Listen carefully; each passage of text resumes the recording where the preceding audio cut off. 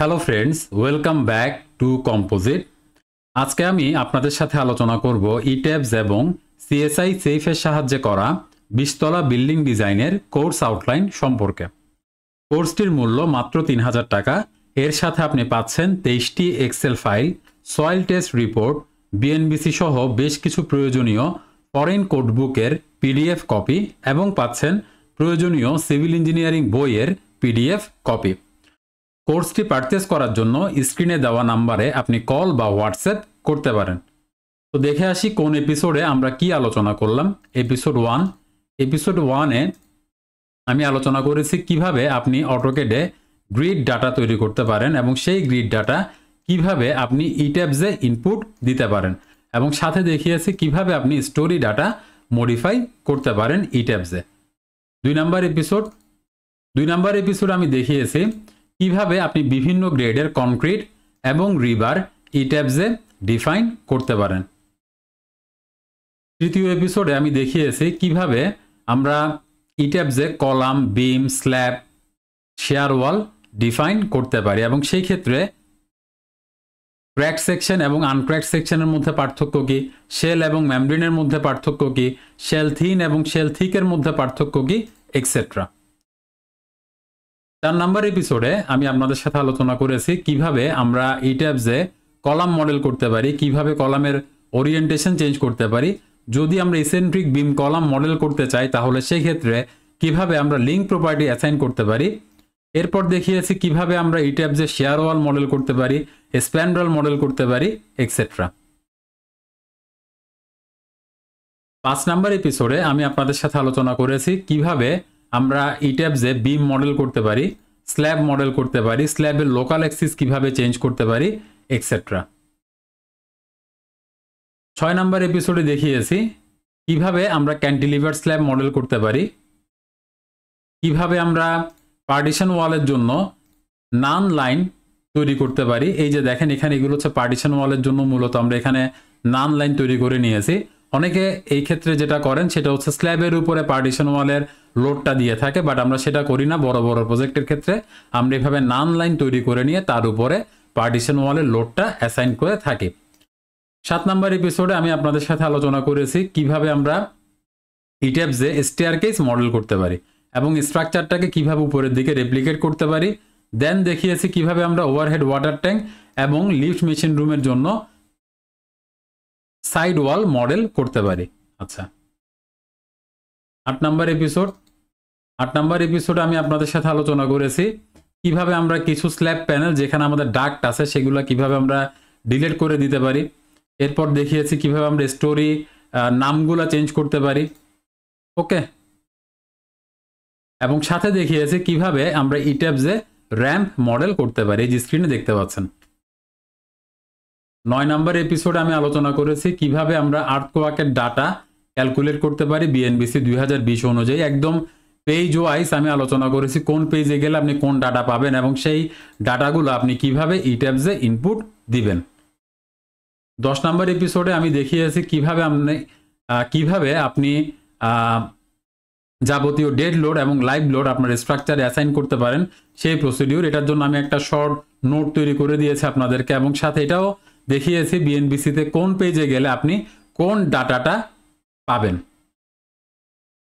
11 number এপিসোডে আমি আপনাদের সাথে আলোচনা করেছি উইন্ড লোড অ্যানালাইসিস প্রসিডিউর, কোন পেজে গেলে কোন ডাটা আপনি পাবেন সেই বিষয়টা তো অবশ্যই থাকছে। একটা এক্সেল ফাইল ইউজ করে আমি আপনাদেরকে দেখিয়েছি কিভাবে আপনি গাস ফ্যাক্টর ক্যালকুলেট করতে পারেন, কিভাবে আপনি উইন্ডওয়ার্ড কোএফিসিয়েন্ট এবং লিওয়ার্ড কোএফিসিয়েন্ট ক্যালকুলেট করতে পারেন, এক্সেট্রা।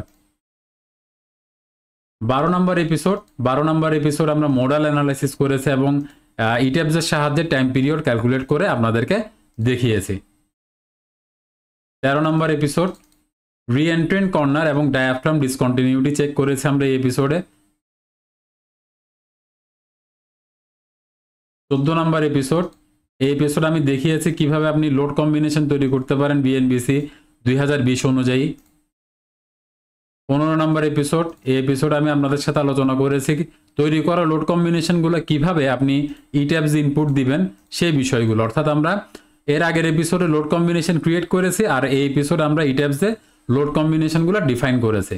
16 নম্বর এপিসোড। এই এপিসোডে আমরা যাবতীয় কলাম বিমকে অ্যানালাইসিস করেছি বারবার, এবং সেই অ্যানালাইসিসের মাধ্যমে আমরা যাবতীয় কলাম এবং বিমকে সলভ করে দেখিয়েছি। 17 নম্বর এপিসোড। এই এপিসোড আমি আপনাদের সাথে আলোচনা করেছি কিভাবে আপনি ইট্যাবসে শেয়ার ওয়াল অ্যানালাইসিস করবেন সেই প্রসিডিওর। 18 নম্বর এপিসোডে আমি আপনাদের সাথে আলোচনা করেছি ডুয়েল সিস্টেম চেক, অর্থাৎ আপনার স্ট্রাকচারটাকে actually dual system criteria fulfil করছে কিনা সেই চেক আমরা এই এপিসোডে আলোচনা করেছি। 19 নম্বর এপিসোড আমরা বেজ শেয়ার চেক করেছি।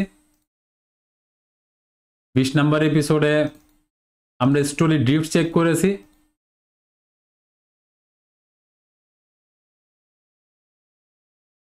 21 নম্বর এপিসোড আমরা টর্শনাল ইরেগুলারিটি চেক করেছি, এবং সেই ক্ষেত্রে টর্শনাল ইরেগুলারিটি থাকলে কিভাবে সমাধান করতে পারি সেই বিষয়টা আমরা আলোচনা করেছি। 22 নম্বর এপিসোড আমরা স্টিফনেস ইরেগুলারিটি চেক করেছি, এবং স্টিফনেস ইরেগুলারিটি থাকলে আপনি কি করতে পারেন সেই বিষয়টা আমরা আলোচনা করেছি। 23 নম্বর এপিসোডে আমরা পি ডেল্টা চেক করেছি, এবং পি ডেল্টার ইফেক্টটা যদি আপনার স্ট্রাকচারে থাকে আপনি কিভাবে সেটা সলভ করবেন সেই বিষয়টা আলোচনা করেছি। 24 নম্বর এপিসোড আমরা ওভারটার্নিং চেক করেছি, অর্থাৎ উইন্ড বা আর্থকোয়াকের প্রেসারে কোনোভাবে স্ট্রাকচার কি ওভারটার্ন করার সুযোগ আছে কিনা সেই বিষয়টা আমরা চেক করেছি। বাকলিং ফ্যাক্টর চেক করেছি আমরা 25 নম্বর এপিসোডে। 26 নম্বর এপিসোডে আমরা ডাইনামিক অ্যানালাইসিস বা রেসপন্স স্পেকট্রাম অ্যানালাইসিস করেছি। 27 নম্বর এপিসোডে আমরা কলামের ডিটেইলিং করেছি, এবং এই ডিটেইলিং করার সময় আমি কিন্তু আপনাদের সাথে আলোচনা করেছি কিভাবে আপনি স্পেশাল ক্রাইটেরিয়া ফুলফিল করবেন, অর্থাৎ ইট্যাবসের রেজাল্টের পাশাপাশি আপনার স্ট্রাকচারটা যদি সিসমিক ডিজাইন ক্যাটাগরি দিতে হয়, ইট্যাবসের রেজাল্টের পাশাপাশি কিছু এডিশনাল ক্রাইটেরিয়া আমাদেরকে ফুলফিল করতে হয়। সেই এডিশনাল ক্রাইটেরিয়া আপনি ফুলফিল কিভাবে করবেন সেই বিষয়টা আমি এখানে আলোচনা করেছি। বিম ডিটেইলিংয়ের ক্ষেত্রেও সিমিলার বিষয়। বিম ডিটেইলিংয়ের ক্ষেত্রেও আমরা স্পেশাল ক্রাইটেরিয়া ফলো করে বিমের ডিটেইলিং প্রসিডিউর আপনাদের সাথে আলোচনা করেছি। 29 নম্বর এপিসোডে আমরা শেয়ার ওয়ালের ডিজাইন প্রসিডিউর দেখিয়েছি, এবং এখানে বাউন্ডারি এলিমেন্ট কিভাবে আপনি ডিজাইন করবেন, কিভাবে আপনি স্প্যান্ড্রাল বিম ডিজাইন করবেন, সব বিষয় আমরা A to Z আলোচনা করেছি। 30 নম্বর এপিসোড আমি স্ল্যাব ডিজাইন প্রসিডিউর দেখিয়েছি, এবং সেটা দেখিয়েছি CSI সেফ সফটওয়্যারের মাধ্যমে। ডিফ্লেকশন চেক করেছি, রেইনফোর্সমেন্ট কিভাবে ডিজাইন করবেন সেই বিষয়গুলোও আমরা অ্যাট এ টাইম আলোচনা করেছি। 31 নম্বর এপিসোড আমরা বেসমেন্ট ওয়াল এবং ওভারহেড ওয়াটার ট্যাঙ্কের ডিজাইন প্রসিডিউর আপনাদের সামনে আলোচনা করেছি। এবং 32 নম্বর এপিসোডে পাইল ক্যাপ এবং পাইলের ডিজাইন প্রসিডিউর আমি আপনাদের সাথে আলোচনা করেছি। পাইল ক্যাপাসিটি কিভাবে ক্যালকুলেট করবেন, পাইলের সংখ্যা কিভাবে ক্যালকুলেট করবেন, কিভাবে আপনি সেটাকে CSI সেফে মডেল করবেন, অ্যানালাইসিস করবেন, এক্সেট্রা। তো এই ছিল 20 তলা বিল্ডিং ডিজাইন কোর্সের টোটাল আউটলাইন। যদি আপনারা কেউ কোর্সটা পারচেস করার জন্য ইন্টারেস্টেড হয়ে থাকেন তাহলে স্ক্রিনে দেয়া নাম্বারে আপনি আমাকে কল বা হোয়াটসঅ্যাপ করতে পারেন। আমি আপনাকে কোর্সের টোটাল অ্যাক্সেস দিয়ে দিব, এবং সেটা ডেফিনেটলি লাইফ টাইমের জন্য। তো আজকের ভিডিওতে এতটুকুই, দেখা হবে অন্য কোনো ভিডিওতে। ভালো থাকবেন, ধন্যবাদ।